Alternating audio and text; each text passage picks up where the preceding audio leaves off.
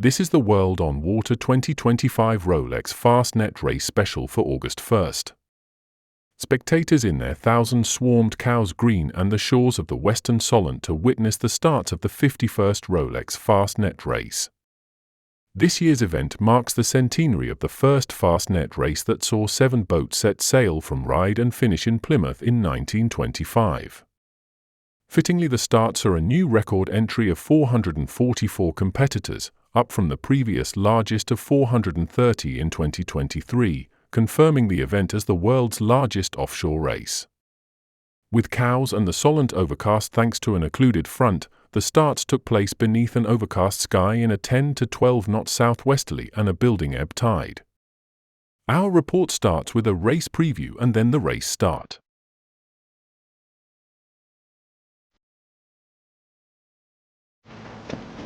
The Rolex Fastnet Race, the world's largest offshore challenge. A century of stories, storms, triumphs, and heartbreak. Pros at the pinnacle of performance, seasoned Corinthian teams, and rising talent all preparing for the same challenge.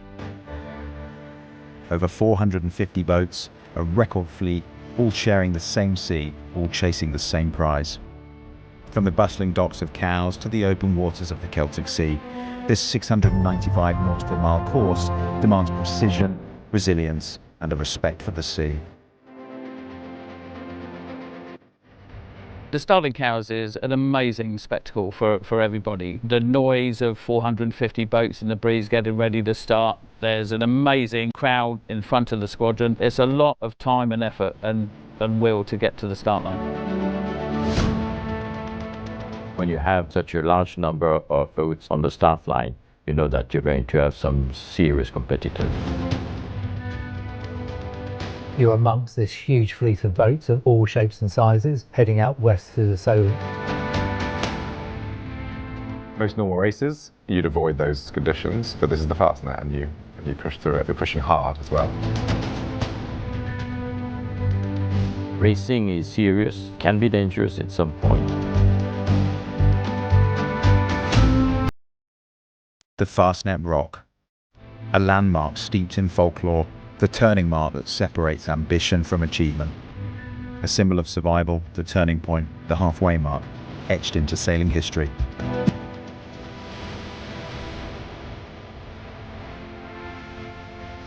The Fastnet Rock is, I've always said, is a mythical place. Every time I get there, it feels special.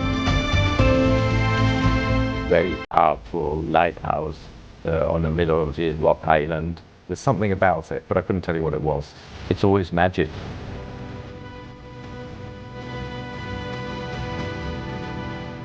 Because in this race, finishing is everything.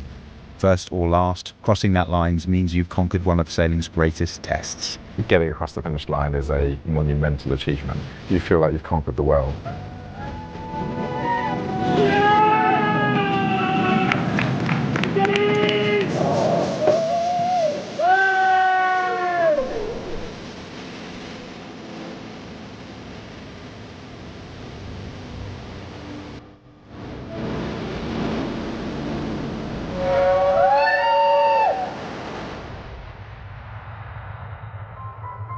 To be part of the occasion will be immense. The Rolex Fastnet Race has an unbelievable pull. Why? Because it is for many people who adventure it, so it's on their bucket list. It is a classic race. It's iconic.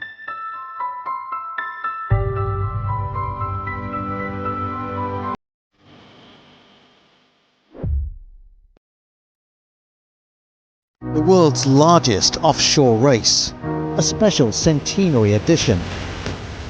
True test of human endeavour is underway. Famous for its prestige, challenging course, and history of achievement, the 51st Rolex Fastnet underlines the race's renown and reputation, with 444 boats crossing the start line off Cowes. Far cry from the 7 boats that marked the first race 100 years ago.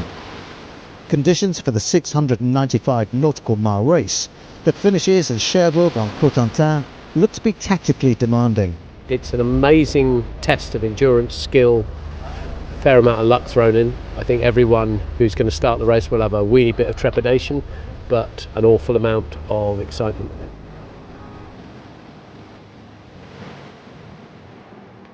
Having the boat in the right place at the right time is going to be the difference between winning and losing.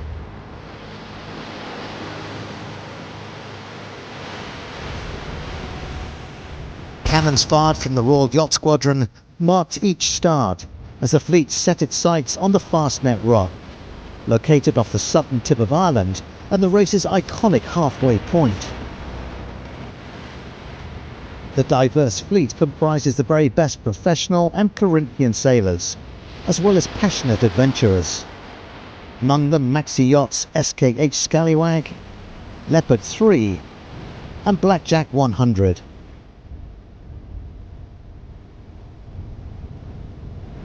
As the crews continue their journey, join us for more updates in the centenary edition, the Rolex Fastnet Race.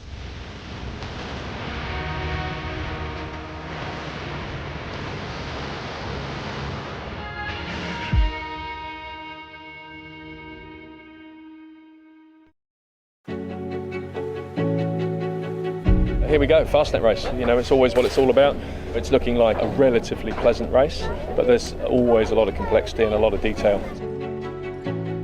I think there'll be some nervous and excited people. You know, we're certainly ready to go. Good morning. I'm excited. This was always one of the dream races. The Rolex Fastnet Race is the race. We have to come. This is actually my first Fastnet. Just the buzz around the yacht haven is incredible. The offshore is when the boat really comes alive, so yeah, really looking forward to it. I'm actually from Baltimore, which is right beside the rock, so hopefully get to see my family out there on Monday, which will be pretty special. We're just cleaning the boats before the Fastnet, maximise speed out there. Punching barnacles. We want to go out as soon as possible to watch the start of the multi-hulls and the E-mockers and whatever, because I think it's quite amazing.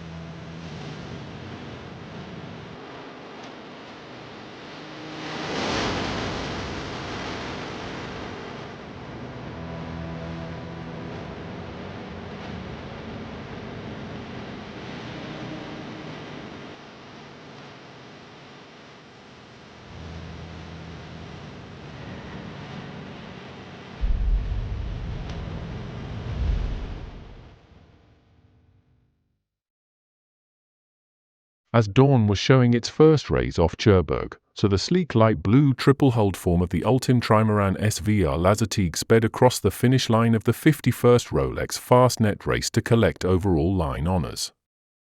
Given this year's relatively light winds, her time of 1 day 17 hours 18 minutes 4 seconds was well outside the 1 day 8 hours 38 minutes 27 seconds record time she set in 2023's gale-force conditions.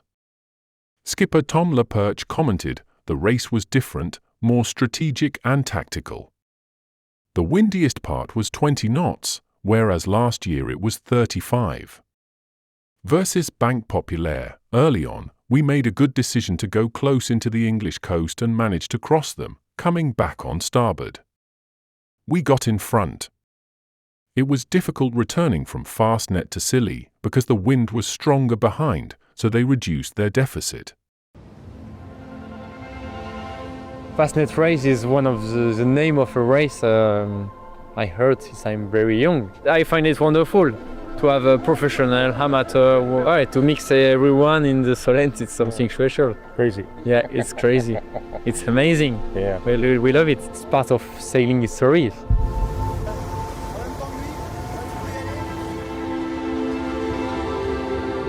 First, congratulations to the team, to the crew, because we're only 6 on board for 30 meters long boat, and to leave the Solent, it's a lot of tack. So lots of grinding, good communication together, good spirit.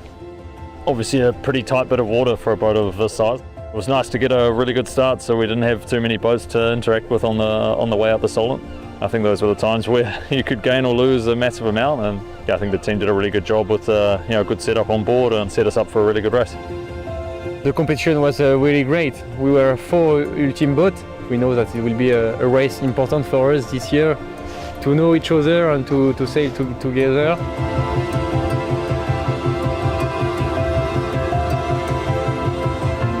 I have many good memories on this Fastnet rock. It was sunny, windy, it was perfect condition sailing there yesterday. Every time it's still an amazing rock, isn't it? Not many of them come like that. It's always nice to do this race and share such a big race with so many people, professionals and non-professionals, and people who it's a lifetime achievement, if you like, and people who do it all the time and cross paths with all these different people is always a pleasure, and it's nice to be back. It's a monument of the sailing race. We were very excited to be here this year because special edition. We prefer to win because I never win this race again.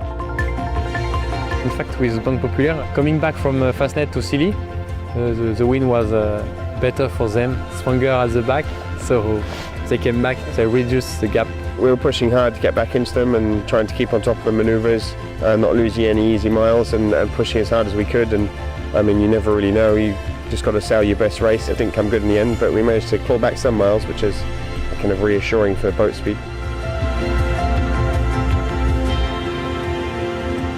We stay focused until the finish line. Like always in sailing, I participate 2 times, I win 2 times, so very happy.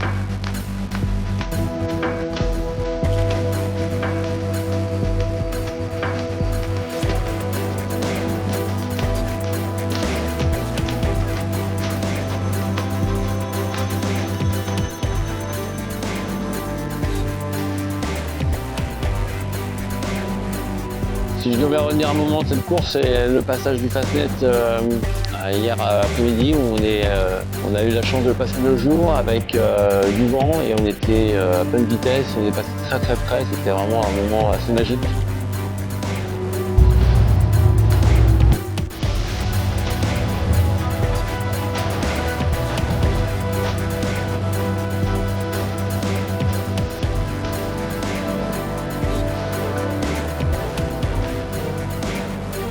Deuxième place, ouais, c'est sûr qu'on bien sûr un petit peu de déception parce qu'on était venu pour chercher la victoire. Maintenant, on est tombé sur plus fort que nous. Ils ont très bien navigué, fait peu d'erreurs, notamment en termes de stratégie. Nous, on en a peut-être commis une en début de course. Et après, difficile de revenir au contact de SVR notamment qui avait un petit matin d'avance. On a su rattraper Actual, mais pas le premier.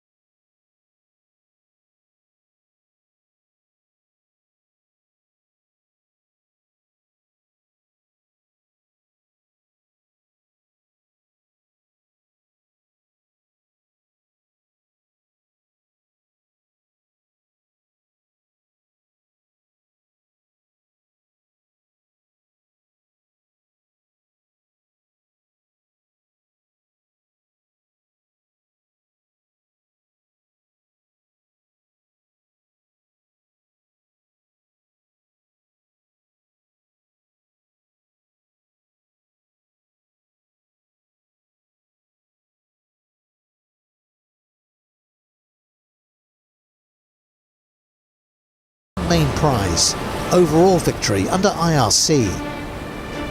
The upwind conditions en route to the Fastnet Rock have slowed much of the fleet, while those round the landmark are enjoying fresh reaching winds.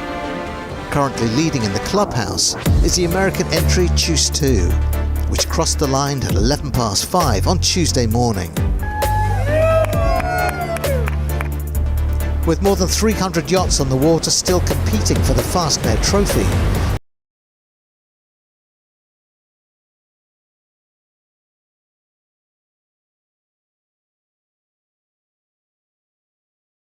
overall winner on corrected time of the 2025 Rolex Fastnet Race.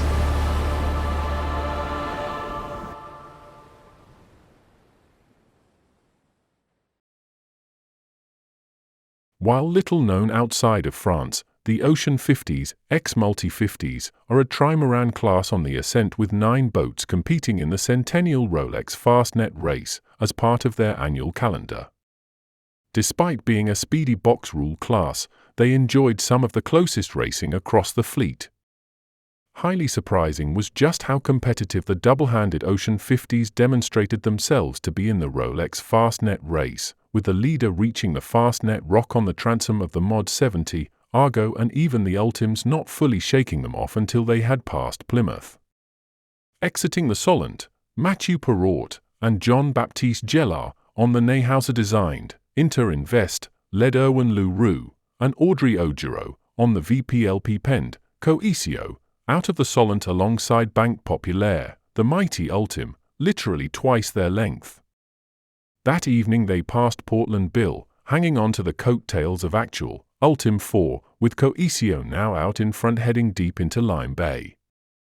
Inter-Invest timed their tack back out of Lime Bay better than the others, overtaking Coesio, but the whole class remained tightly grouped. It was the first time I go on the Fastnet with a race, so it was amazing. And to cross the first position in Ocean 50 was perfect.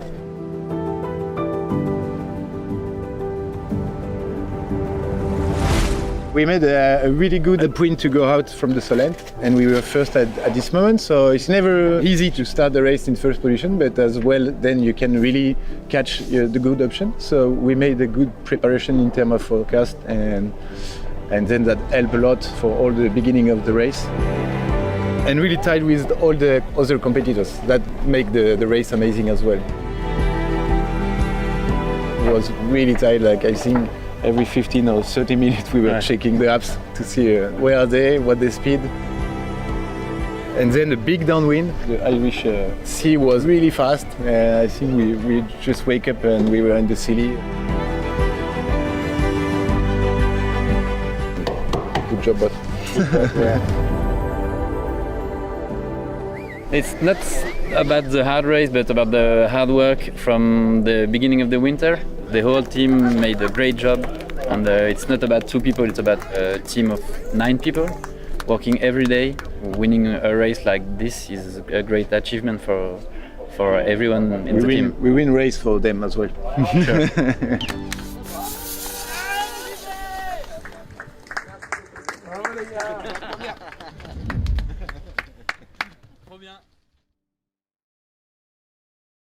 The French sailor Elodie Bonifaux's spectacular start to her career in the IMOCA class continued today, as she followed up second place in the Course des Caps earlier this month, with her first victory in the class in the Rolex Fastnet Race.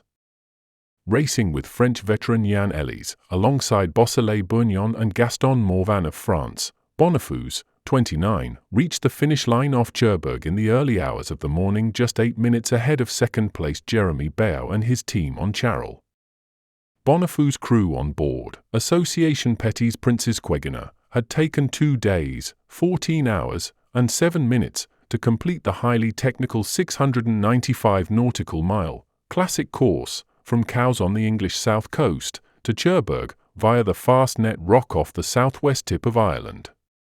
This year's course was mainly upwind to the rock and then downwind on the way back, as the 6 IMOCAs that completed the race sparkled close to the front of a Fastnet fleet of 444 boats.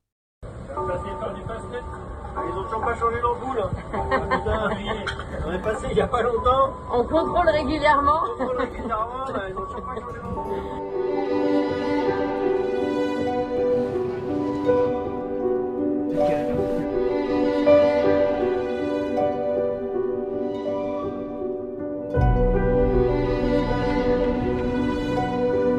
And then we're going to join around.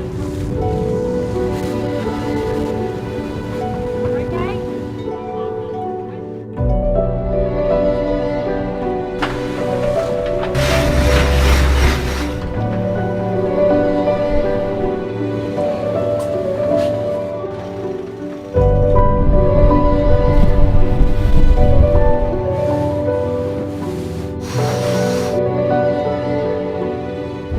On va au Fastnet encore une fois.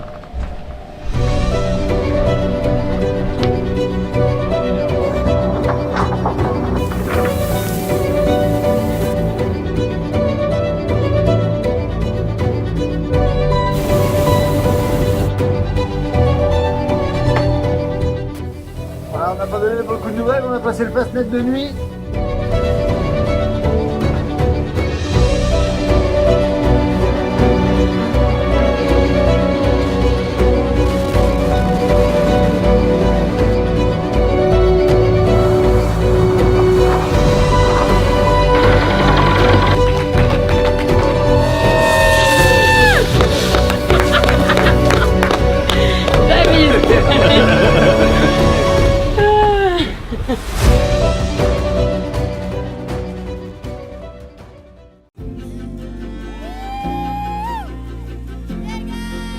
It's the first time for me, and this is the start of a new project in class IMOCA. So in the all IRC is fleet, really new with the last on arrivals this in race, IRC Super and Zero, that was so really Christian Zorgels, incredible. upgraded VO70, Schuss For 2, me, it's the second has been time in confirmed as Solent, the winner, and finishing on I think the corrected Fastnet time is just like over an the hour ahead of Capon Roy M. for Disney's us. Turbo, For the VO70 start, Pure Kit 70, very nice, with Juice lots Schuiff's, of boats, Far a little 100, bit dangerous, Leopard but 3, very exciting. third. For a while, Schuss 2 seemed a strong contender for IRC overall, but she subsequently We dropped continue down to the discover leaderboard the and is boats, try currently a lot, 22nd. and we Had she won, have she would have matched been the with Rolex other Fastnet boats, Race's so very first nice, yacht to win and overall finish twice, but under different to be names. first, so she won in it's 2019 really as the Askew Brothers very good Wizard. place. Sadly, the Rolex Fastnet Finish Race was the the swan song of light Pure Kit wind, 70 the under her currents present for owner, and people she of is the now crew up for race sale. on the Solitaire de Figaro, and I think the Solitaire de Figaro is the good training for the finish like that. So I think this race completes all of the part we trained before. When I was little, I followed Helen during the Vendée Globe, and I think this is my dream to do the same. So Nagacho is, for me, someone very important, and maybe I hope to do the same.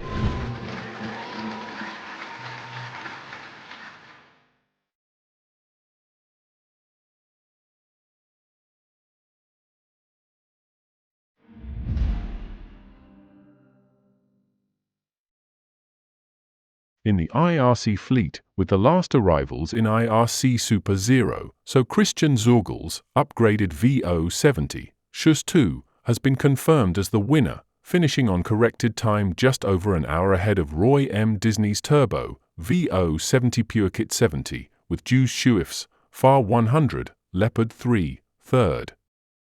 For a while, Schuss 2 seemed a strong contender for IRC overall, but she subsequently dropped down the leaderboard and is currently 22nd.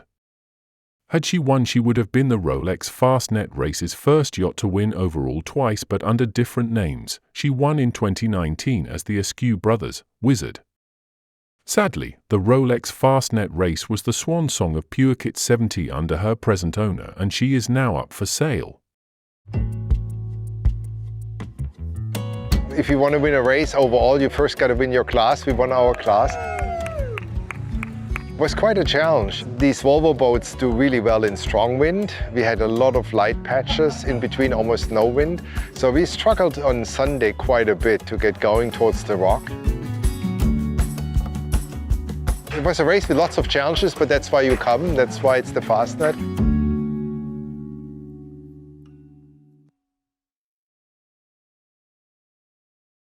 Skippered by Linda Goddard, the Swan 53, Bedouin, representing Australia, has taken the top spot in IRC1, outperforming a highly competitive fleet in the 50 to 60-foot range. Racing with her daughters and close crew, Goddard's campaign combined Corinthian spirit with impressive offshore performance to deliver a memorable class win in the centenary edition of the race. It was a truly impressive performance for the team on Australian Linda Goddard's Swan 53 cruiser, Bedouin. We are so happy to be here. This has literally been the best, and I'm just so glad that it all ended out how it did. We're gonna probably celebrate now. It was amazing. We had a great race. We had the most amazing crew. The weather was definitely more mild than we expected, which was good in some ways. Still a challenge though. It's been a really interesting race because it's been so different to the other offshore races I've been doing, and especially having all these boats from all around the world, very, very competitive boats that we're racing against has been a great experience. Thrilled to be part of the 100th anniversary of it as well. The boat loved the conditions, you know, it was the perfect race for Bedouin. Upwind there, we picked some great shifts, we worked really well as a team.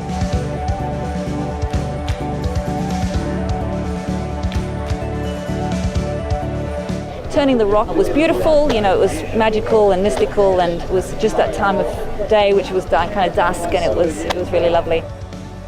Yeah, it was honestly just very beautiful, and we took so many beautiful videos. I knew that it existed, but seeing it in person was that much more impressive. More exciting updates with our beautiful navigator Alice. Hi!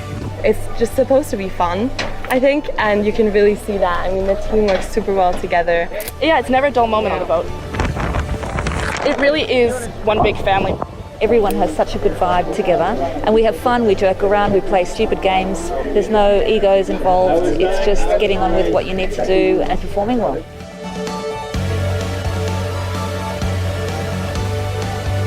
I think she's an incredibly calm skipper, which puts everyone else at ease. I think also first and foremost she's a role model. I think we all look up to her, and it's so amazing that we have a mother that is leading us through this. Yeah, it was an intense few days, but it felt so short at the same time. I feel like we just left and now we're at the finish line already. If every Fastnet's like that, I'd do it every time. I feel like it was a pretty good race. Beautiful conditions the whole way. So yeah, no, I'll definitely be back. We couldn't have had a better group of people on board, and I think it shows with the way we sailed and our results, and I'm just really thrilled that I've got all these people around me so we're able to perform well.